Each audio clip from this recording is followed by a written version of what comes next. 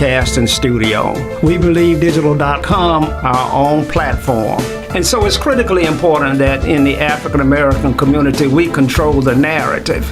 I look forward to receiving opportunities to show and advertise your products for goods and services and to move your brand along in this community. We're broadcasting live on Facebook. When We Believe Digital Podcast, go to Roku and download our app, and We Believe Global, with shows like this to bring articulate, intelligent conversations and dialogue to our platform. So I'm here to continue sounding the alarm. This is how the South is going to rise again.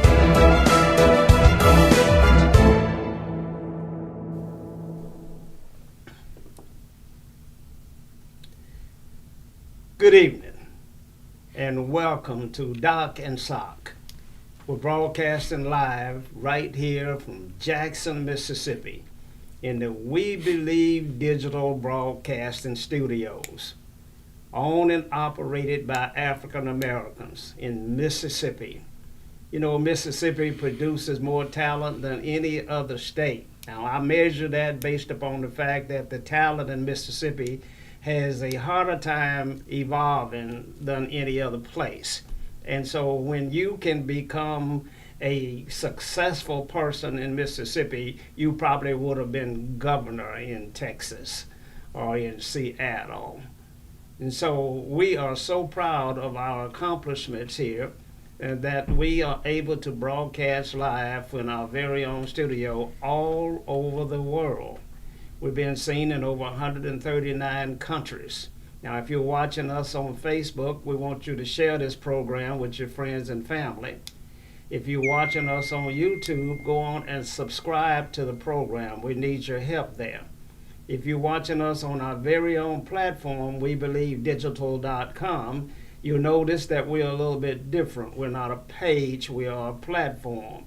We Believe Digital sits right there between Showtimes and Netflix on Roku TV. And so we are making a gallant attempt to be a premier media outlet right here in Mississippi.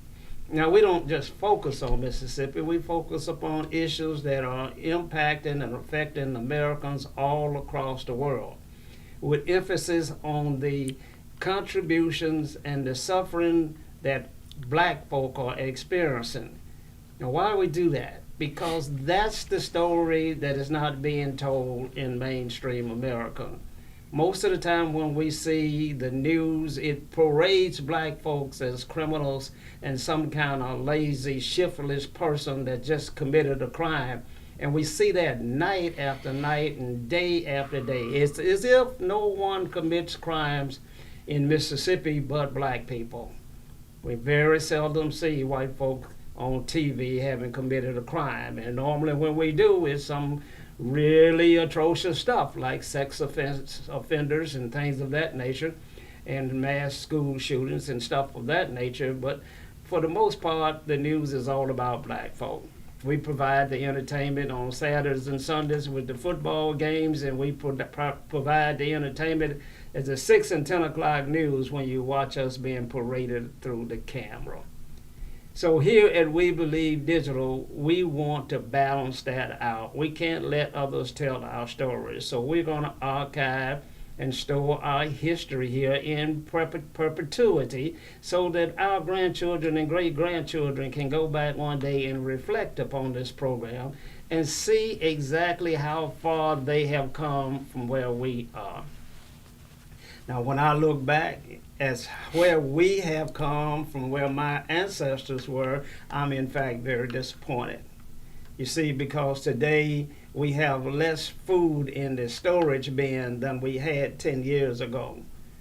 We own more land 10 years ago than we own now.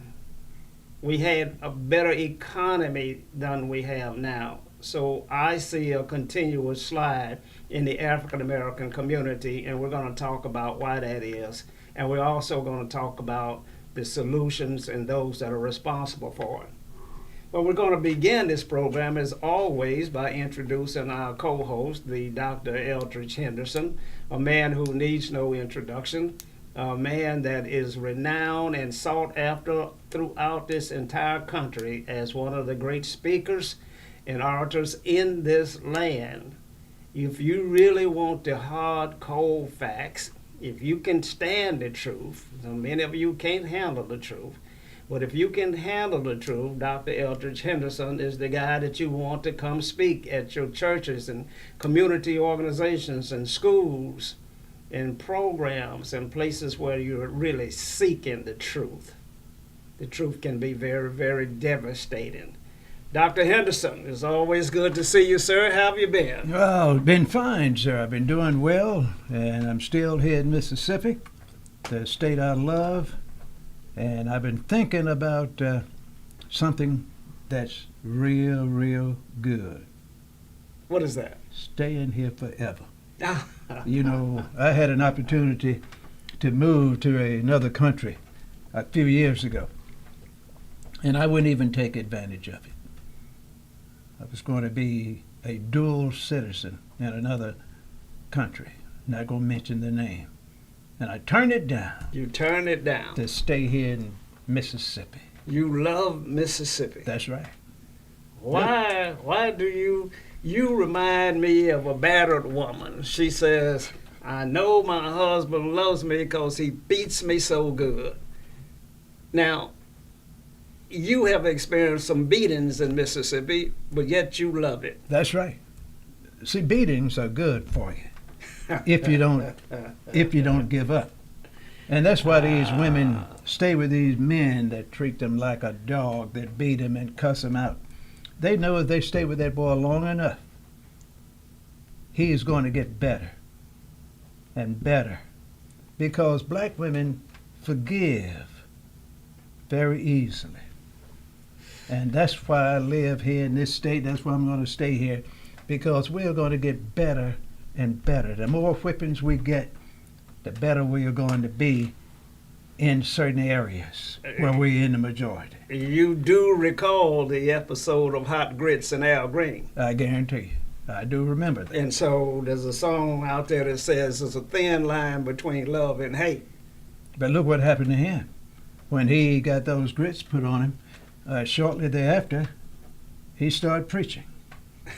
That's right. So the Lord blessed him. And now he is ministering all over the world, still singing and doing well, recording with local people, Canton Spirituals, for instance. Are you saying that the grits experience was a motivational factor for him? Well, I'm going to tell you like this. I'm not going to say it was motivational, but it sure didn't hurt him.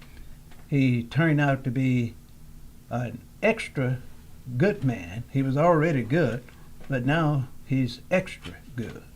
You remind me of a slave that had to say yassa and nassa and couldn't look a man in the eyes, and the more you whip him, the more he loved you. Well, you know, I had a situation like that. I mean, any animal, when cornered and beat to enough, is supposed to attack. But some of them will just get on their back, lay on their back, and just take it. Now, you seem to be expressing some concepts and ideas of turn the other cheek, live through it. It's going to get better in the end. No, I look at it just the opposite. I take these whippings and beatings because I know one day I'm going to be the winner, because I'm going to say no more beatings, no more disrespect.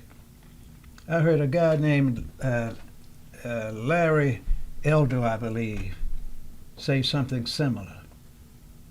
He left his father's house, didn't talk to him for years, even though his father was working 2 jobs. His father was strong and used to whip him. And he just said, I'm not going to talk to him anymore.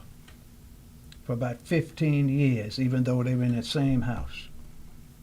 He didn't want to listen to what his father told him, and he would whip him all the time and give him a good beating because his father loved him. Now this man is a lawyer, an author, has all kinds of books out, big time speaker. He's running for president, and he says he's going to be a change maker in America. They tell me that people who are beaten will eventually become beaters themselves. Well, that's what they say. But some of us know that, and we're not going to replicate it. We're going to do just the opposite. We're going to say, I got a good beating economically, politically, socially, educationally, and I know how it feels. So I'm going to share the good part of these beatings with others and show them that they can get a better education, more economics, more leadership, more ability to make decisions that's going to impact their lives from birth to death. That's why I stay here and get all these whippings, Mr. Socrates. Well, Doc, it's always good. We're here in Jackson, Mississippi. You know, Mississippi is our home state. It's our hometown. We think that Mississippi is just a town. We think that we all know one another. We think that we're probably the most related population of anywhere in the world. We have more mulattoes than anybody else. We have communities that we're involved in. Our communities are very diverse. And so even though we might have completely red, I mean really red state in Mississippi, versus blue states in California and other places like that, Mississippi is really conservative. Now, why is it so conservative when we have such a diverse population and when we're last in every category? We're going to have to deal with that issue and try to explain why this is going on. So to that extent, I want to talk about these elections, Doc. The elections that are going on now, I want to know, why are they important, these elections, and what does it mean that to the victor goes the spoils? What does that mean? Okay, it means very simple for a third grader to understand. The person that has the power, the money, the decision-making ability, want to keep it in his room. Those that don't have it, that want it, he want to keep them from getting into his room. He does not want the others to play with his marbles, to play with his checkers, to decide what's good for them. He wants that all, and he will use every means necessary to keep it that way. Violence. He will starve you to death. He will make sure you have poor health care so you can be alive but half dead. I call it the walking dead. His legislature, his police will beat you down. Even when you're in a majority, he will take over your resources, get outsiders to spend your money, make decisions for you, just to keep that marble in his ring. Well, let's talk about that. Let's talk about these marbles. So when we have a change, let's say the White House, when there is a Republican president, and then if they lose to a Democratic candidate, and now we got a new Democratic president, I understand that all of the department heads throughout the whole country will change. That's correct. So they will move those dollars and cents now to their side of the ledger, where the people that supported them will get all of the spoils. And so everybody knows that if your candidate loses, you need to be packing your bags because you're going home. Well, that's what they want you to think. What a lot of people don't understand, when you have a shift in the presidency, the department head will change, but those same Republicans and Democrats and underlings, the bureaucrats, going to be making the laws, enforcing the laws, and telling this new department head what he needs to know on the basis of what they want to share with him. Because this new department head's going to take about a year to learn what's going on. Because many times they are appointed not because of their ability, they are appointed to a position because of their ability to help one get in office by supporting him financially, or is a good friend or cousin or whatever. Well, isn't that the way it ought to be? Yes, If you win, shouldn't the spoils come to your side of the aisle? Well, it should. I believe in that strongly. But what I would do, I would get, if I put a friend in office, I'm going to put one in a position that he is qualified to administer, not just because I have a friend that wants a job. No, he has to have both skill sets. He has to be capable, but he has to be loyal. Of course. Now, who did Barack Obama put in the critical position when he was the black president? Most times he put his white friends. Oh, so why did it change under a black president, different than that it had always operated on? Why didn't he bring in black department heads, the Secretary of Defense, the Secretary of Labor, the Secretary of Commerce, Secretary of Agriculture? Why didn't he put black people in those positions? The president was smart. Obama knew that he couldn't get but 2 or 3 blacks in major positions. He knew they were not going to vote those folks in office. That's why he didn't put a black person in the Supreme Court. He knew that. He is and was a president for white people. No, don't tell me that. I'm telling you the fact. Read the fact. He did put Attorney General Holden in the position, I believe. He did do that. Yeah, he did. And I can't recall anybody else that was prominent that he put in position, but I do recall that. So that is at least one black man that he empowered. So when black people get in positions of power, they don't empower black people. They usually don't. And we see that all the way down the line to the local election. Now, here we have a city that's 85% black, but yet blacks get less than 2% of contracts for goods and services under black leadership. It's something. Why is it that black folk don't understand how this is supposed to work? Well, they understand it. The black politicians that I know in Mississippi and all over the nation are some of the smartest people around, but they don't control their decision making, Mr. Socrates. I told you and been telling others, you have to look at the contributors to these politicians. Pull the records and see where they're getting their money from. We have done it. And when you see certain legislation, you look at the financial contribution list and say, oh, they're going to do something now for the pharmacists. They're going to do something now for the big farmers. They're going to do something now for the business people. Lower their taxes, or let them increase the bills and fees for various services. So why are you always out here, and I don't mean you personally, but why is it that black folks are always out here saying we got to get out and vote?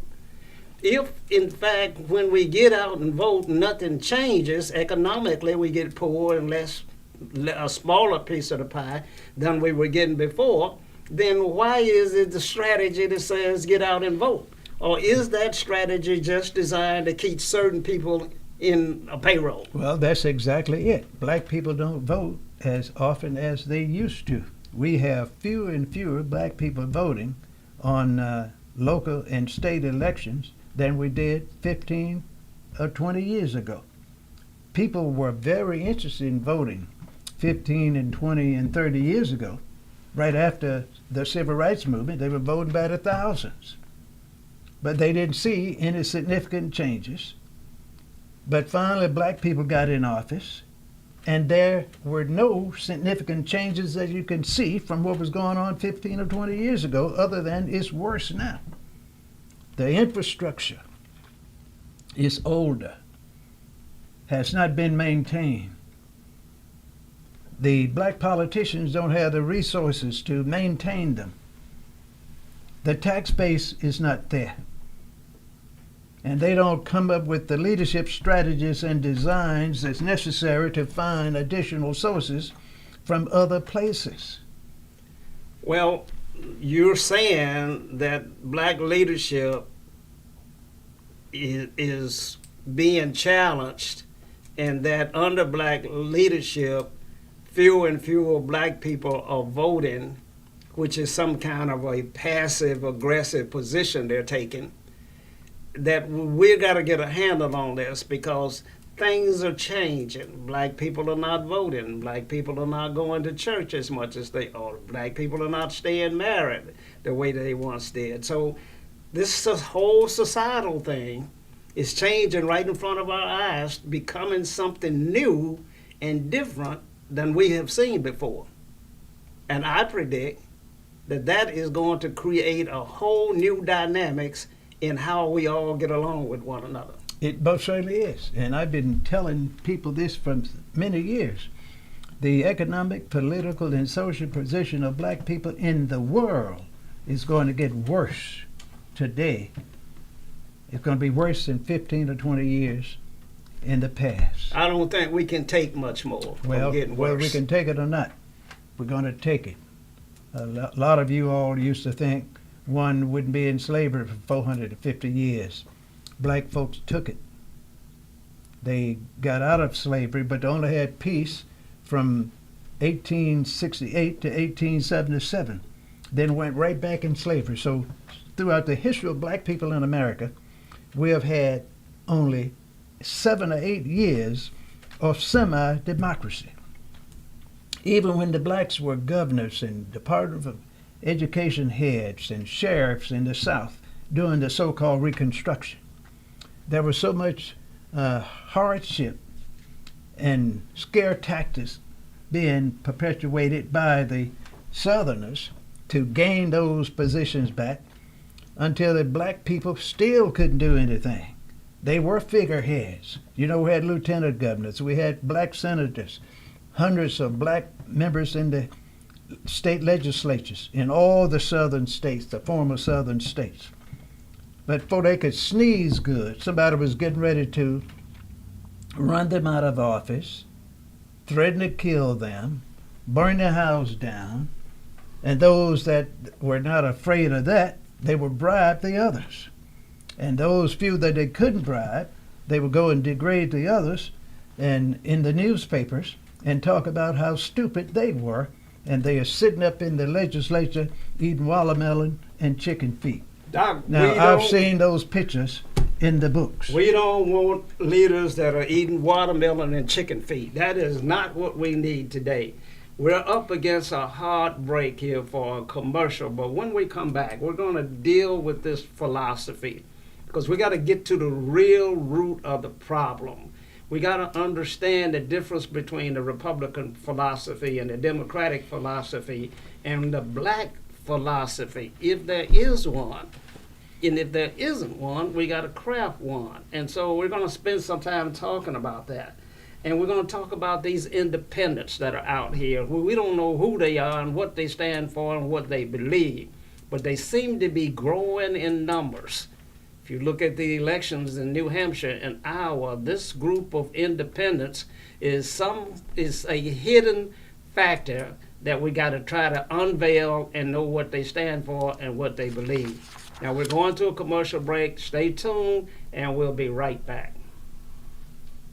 Socrates Garrett ENT.com is a diversified firm specializing in recycled aggregates and crushed concrete. Socrates Garrett ENT.com's recycled materials provide the construction industry with significant economic and environmental benefits by recycling clean concrete rubble into M.Dot grade rock materials. Recycled aggregates and crushed concrete can be applied to driveways, road construction, bank protection, parking lots, general bulk fills, and more. For more information, please call 601-896-0084 or visit us online at SocratesGarrettENT.com.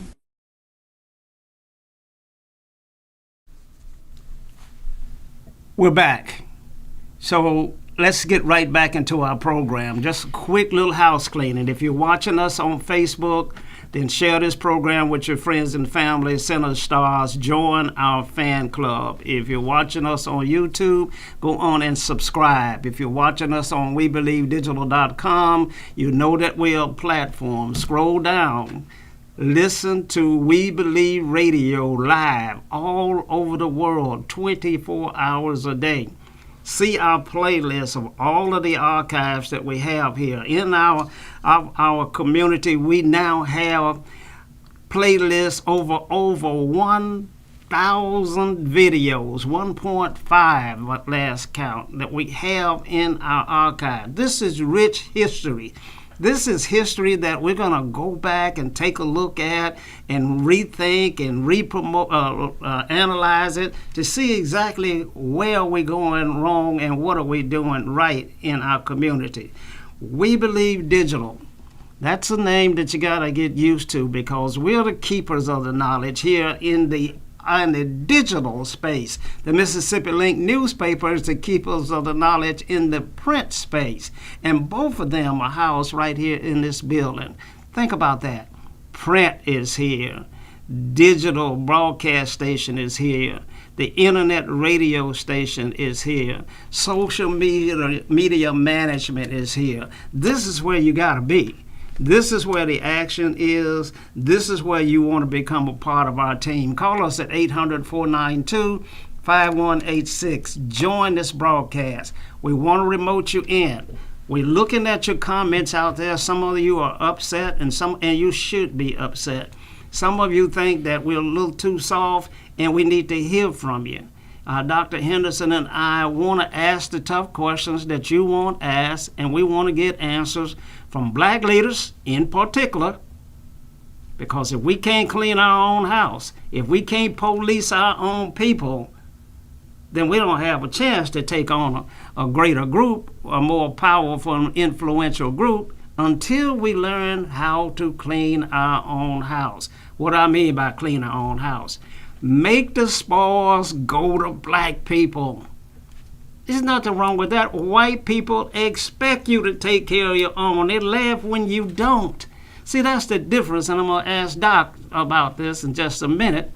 You know, what is the difference? Let me go ahead on and do that now. Doc, what is the difference in the conversations in white households around the dinner table versus the conversations in black households around the dinner table? Well, it's very simple. The white dinner table parents are telling their children, you are better than other children, you are smarter, you have a better education, and your job is to be in control. On the football team, the basketball team, the track team, the academic clubs, you are going to be the captain if you can. You might not be the star, but you're going to be in decision-making positions. In the church, you're going to learn the skills you need to be a leader. And some will just tell you. We had a man on my show just recently, a guy called the white guy. That's his AKA, the white guy. And he was saying that's what he was taught, that black folks basically are insignificant, that they are inferior. But you all got to run things. That's what we do in our family. That's the way they are taught. Black folks are taught just as different. You got to be for everybody. You can't look out for your special interest groups, which are your black folks. You got to hire all kinds of people. You got to be a minority seeker. You got to hire some white people, some Hispanics, some females, some LGBT people. That's the way blacks are taught. So we have something called fair play. We have something called democracy in America.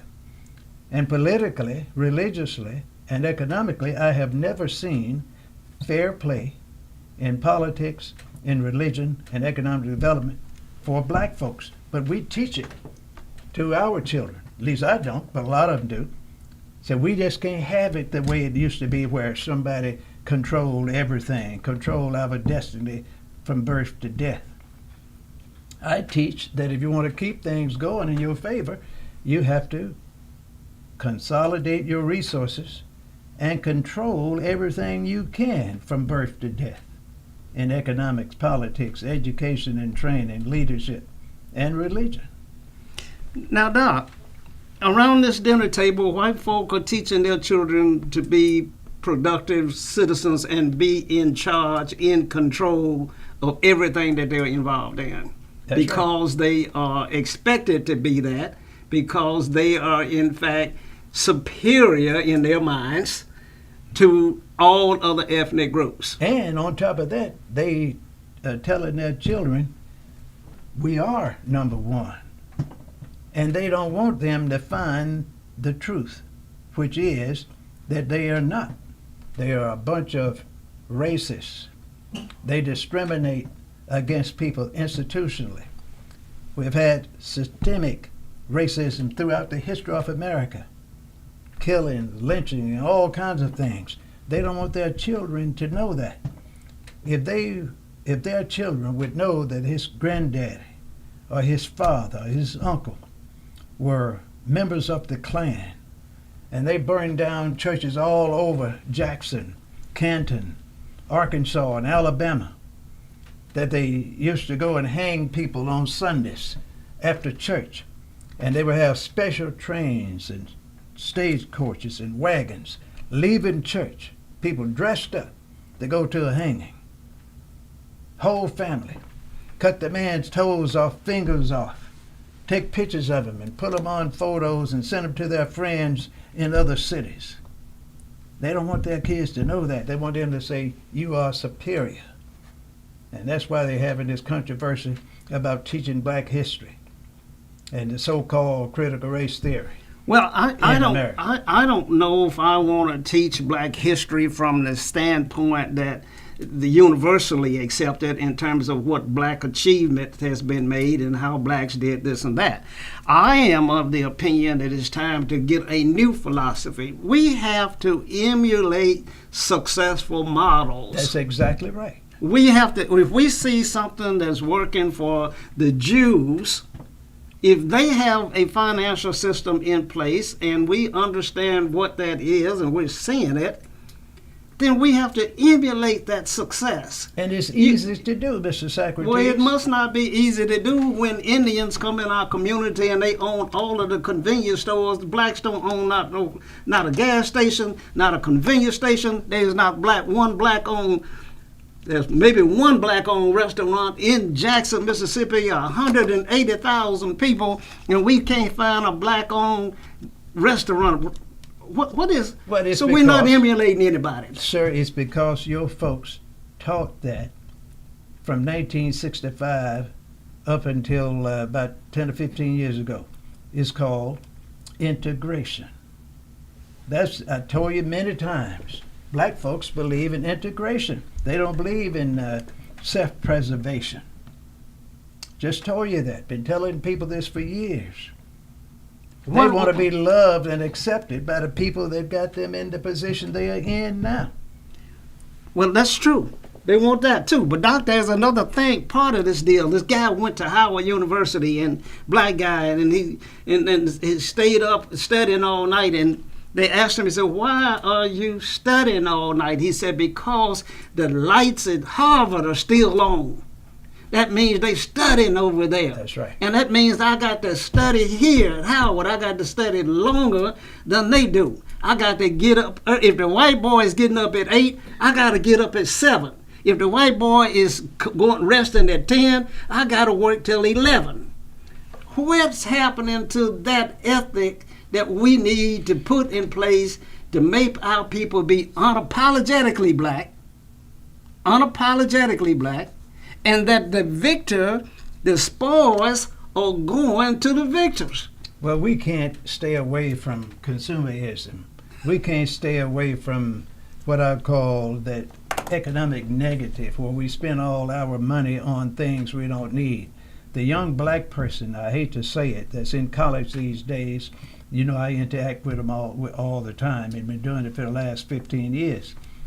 Most of them believe that on Friday, Saturday, and Sunday nights, they need to be out somewhere partying or going to some kind of club versus being in the library. And many times it's closed early on the weekend. And the Student Government Association in these black colleges and universities ought to be telling the leadership, we want to be open until midnight on Friday, Saturday, and Sunday. The libraries. Even though they have social media now, but they ought to have study teams in various organizations on these college campuses where they study together in economics, politics, math, science, and plan to be successful and get in positions of responsibility so they can compete with those other schools where they're getting a different education. We mentioned just a few hours ago on the early show that there are different training methods in these schools. You go to law school, for instance. I've heard a lot of the black lawyers say that when you go to law school, it's hard for them to study with their partners in class. 4 or 5 of them get together, the white students. They don't want to have mixed teams unless that boy is from a so-called well-known black family. And he or she has to be mulattoized in order to fit in. Then when they get out of law school, since they have not been working together, you're not going to find this boy getting a good job in state government just because he is a lawyer.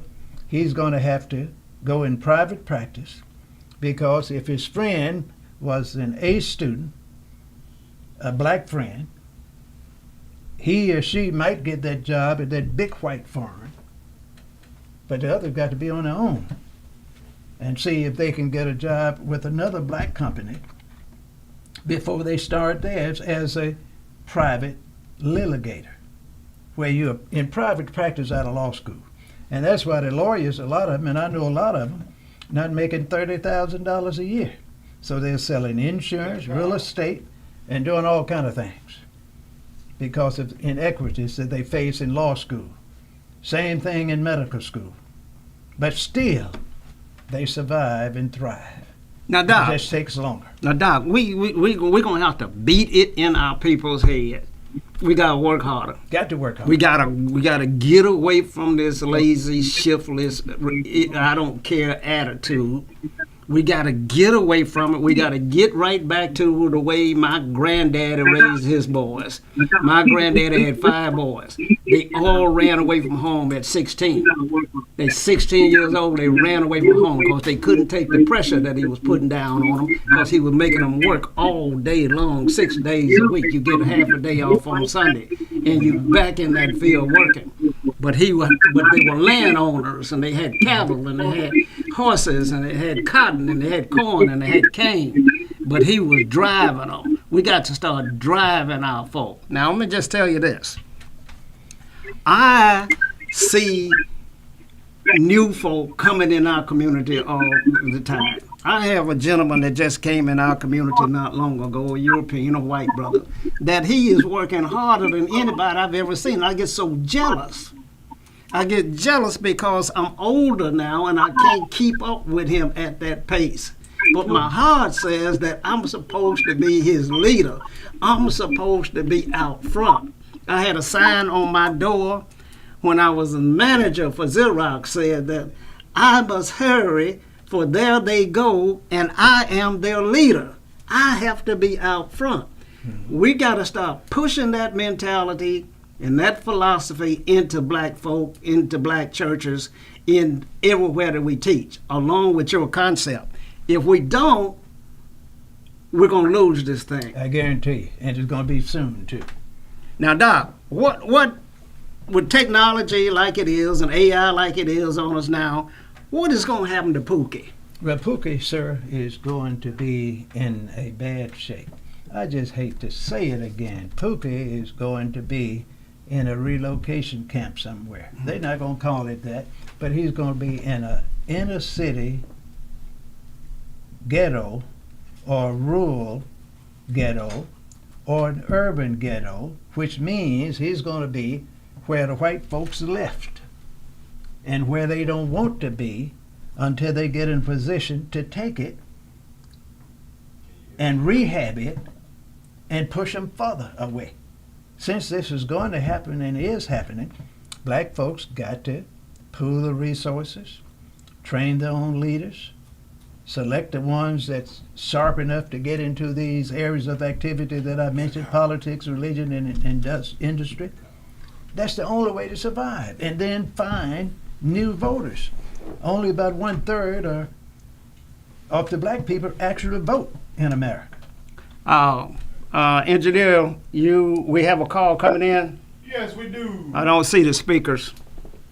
They over here, I got them set up there. Well, okay, bring the call on. Go ahead, caller.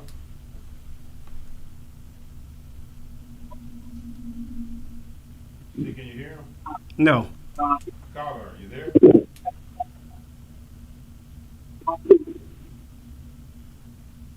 Caller, are you there? All right, say something to him. Should be coming through. Hello? Well, We do it later. engineer, if you get the caller to come through, we'll come back to him. Now, Doc, Yes. you know Pookie doesn't have a future, and black folk that are marginal now, the ones that are underemployed, AI and technology is going to make a real push against that class of folk. And then you compound that now with the new slaves that are coming across the border every day by the thousands, the hundreds of thousands. These immigrants are coming into the U.S. at an alarming rate, and many blacks will be displaced by immigrants. Make it clear, many thousands in all the states, because those immigrants are not wanted in the white suburbs. They're not wanted in the white business districts. They are putting those immigrants around the black communities, taking the schools, the old buildings, building them tent cities and getting them in old hotels. And in just a few years, and I've been telling you and others this, one president, Republican or Democrat, going to have a blanket amnesty so all these people can become citizens and vote as Americans. And they're actually going to do it because they're going to be paying them back for allowing them to get in this country and not go through the long process of becoming a citizen. And then the black folks not going to even be wanted at all then. I don't care who they are. They're not going to be wanted as Americans. They won't have the right to vote because they're going to figure out ways to gerrymander them out of the voting process. All right, try to call again. Well, Doc, engineer, we have a call coming? We do. Let's see if we can get him in. Come on. Go ahead, say something to him, caller. Well, I can't. They can't hear me. They can hear you. So ask about the caller, Mr. Garrett. Say hello, caller. Hello? Caller, can you hear me? Yes, I can hear you. How you doing tonight, sir? I'm doing fine. Go ahead. I want to ask you and Dr. Henderson the question about going back to the Pookie conversation. Don't mean to sound derogative, but what you were saying, it was pushing back into a bubble or pushing back into the ghetto. Do you think that is the main reason of and the purpose of the pompous graves that this hit international news? Well, I Well, can answer that- that. Yes, that's part of it. But that is nothing new. They have had those pauper graves all over the United States and especially in Hinds County for years. I knew about that 15 and 30 years ago. I know exactly where they are. They've been burying people there for years. I used to live in that area, worked in Raymond, Mississippi, lived in Hinds County, worked in Utica and many other areas in Hinds County. That is nothing new. It's set up for poor folks, for broke people and people that have been marginalized to be taught and thought of as non-entities. And that's what the people are doing with those folks. They say they are not even worth having a good burial. Won't even call the relatives when they find them dead. And that is exactly what's going to happen to the other black folks that consider themselves now loved by the same people, and I'm talking about these middle-class blacks. They're going to get the same treatment when they get new leadership by force and not by the vote in these cities and counties and states. So we're gonna deal with that. You know, things are changing. The black philosophy and the black experience is changing, and it's got to change because we see that we are on a collision course. We are on a skid that if we don't change, we will become extinct. And so a lot of things got to change. Now, as a boy, I used to watch this movie called The Vikings, and I liked the way everybody went to war, that everybody was involved and engaged in the war for your team, your side, your ethnic group. And when somebody died, I never saw not one cemetery in the whole movie. They took about 30 minutes, spread the ashes out, or they burn him up on the ship, and they kept on working. Attitudes and philosophies for a group of people that are falling behind must change. Must change. We spend too much time worrying about the dead. What did Jesus say about the dead? Let the dead bury the dead. Bury the dead. Come go with me to work. Well, we don't believe that. I know a lot of people now that would rather have a funeral than to have a cremation that they can afford. Black folks just don't believe in cremations for $600 to $1,500. They want to spend $6,000 to $15,000 on a funeral that they can't afford because they don't have insurance to cover that. So they got to ask each relative to give them $50 or more, whatever they can. That's And got to change. Got to change. They got to start cremating more people because you can't afford to have all these burials and church services and all this kind of thing. And in our community, somewhere in the last 10 years, we shifted from a funeral to a celebration. That's right. Now, I don't want you celebrating me when I pass. That ain't no celebration because I didn't want to leave. I'm not happy. Well, see, what you must do, like some progressive people. When did it are doing. become a celebration versus a funeral? Well, I don't believe in either one. I believe in cremation. You need to, as soon as someone dies, you should already have it arranged to cremate him or her, and then tell your relatives through email or phone call that John Doe, your son, your daughter, your cousin, has been cremated. I'm going to send you a picture, and if you want to have a memorial service in your town, you can do it. We're not going to be inviting people to leave California, leave their jobs in Maine and other places, come down here for 2 or 3 days to bury and hear a lot of lies about your uncle, your daddy, your mother, or your cousin. Because any time you have a church service, you're going to put them in heaven. The preacher knows to do that. I've been to a lot of my relatives' funeral.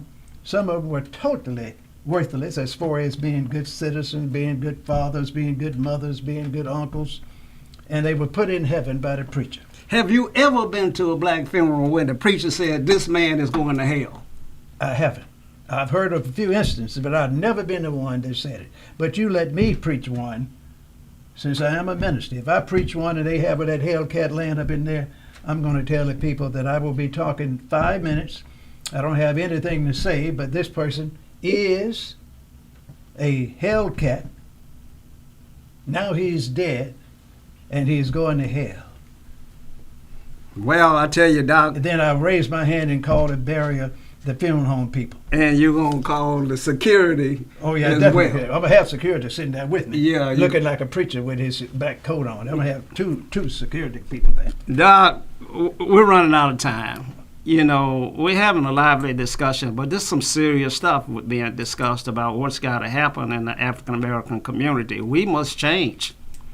We must become unapologetically black. We must see about one another. We must make sure that the spoils that go to the victor, when we are in majority, as Doc says, when we are elected, that means that contracts for goods and services go to black folk. It go to black businesses. When you are in the majority, it ought to be black businesses from California ought to be rushing to try to get down to Mississippi because it's gold down there now because black folk are in charge of the purse. When we got $1 billion being controlled by the city, the county, the airport authority, and the school system, and there are no black businesses that you can see that are benefiting from all of those dollars, it's something crazy about that. It's wrong. It's criminal. When we have black businesses that are underutilized in our city and we see all of these firms, white firms and Mexican firms and Indian firms and coming into the community doing the work while we sit on the porch with a 40 in our hand, is something wrong with that. We ought to be upset about that. And until we change this philosophy, until we get some leaders with the courage to stand up and say that I'm unapologetically black and I'm going to do what it needs to do to advance and move my community along, we're never going to get anywhere. Doc, I hate to go off, but I know you had a good show with the white guy that from the HBCU, so I didn't want you to have to talk too much tonight. Thank you. That's fine. Well, you're right. He was very interesting.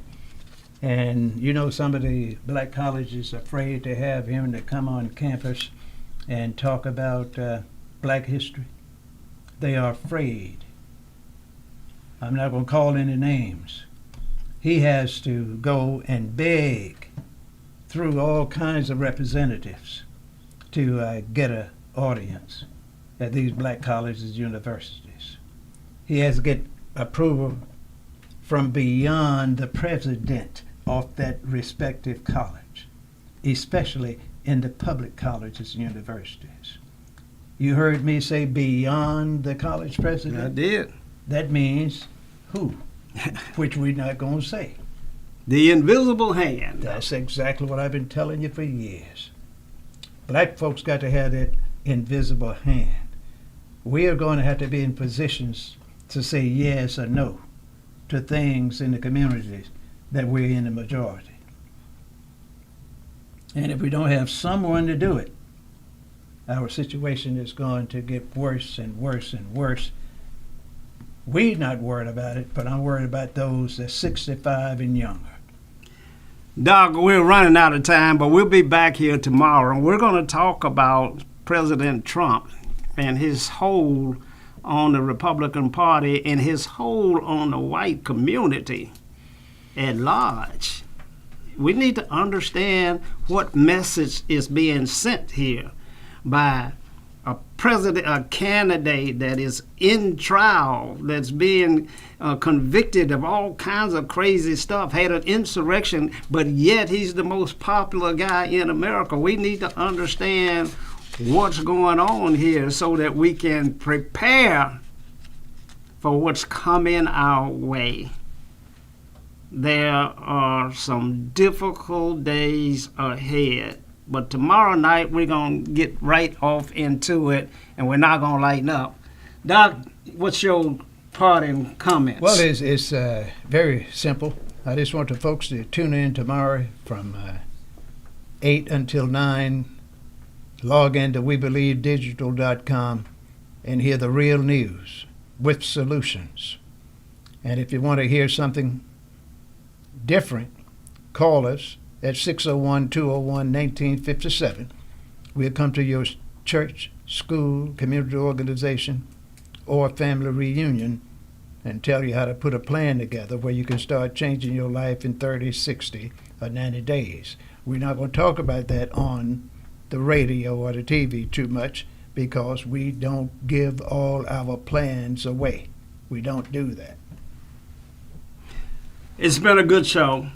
You know, we believe digital broadcasting network, broadcasting all over the world in over 139 countries. Check us out on Facebook. Share your program with your friends and family. Send us stars. Check us out on YouTube. Go ahead on and subscribe. Enjoy the many clips that you'll find both on Instagram, on TikTok, on YouTube, on Facebook. Our numbers are growing every day. We're being relied upon. We had over 500,000 views in the last 2 days on 2 of our shows. One show has over 1 million views here recently. So we're growing every day in popularity and numbers because we carry the real message. Come back and visit with us tomorrow night at 8 o'clock. Until then, stay safe and good night. Good evening. I'm Socrates Garrett, and we're broadcasting live from right here in Jackson, Mississippi, the heart of the Deep South, right here in the African-American-owned broadcasting studio. We believe digital.com, our own platform. And so it's critically important that in the African-American community, we control the narrative.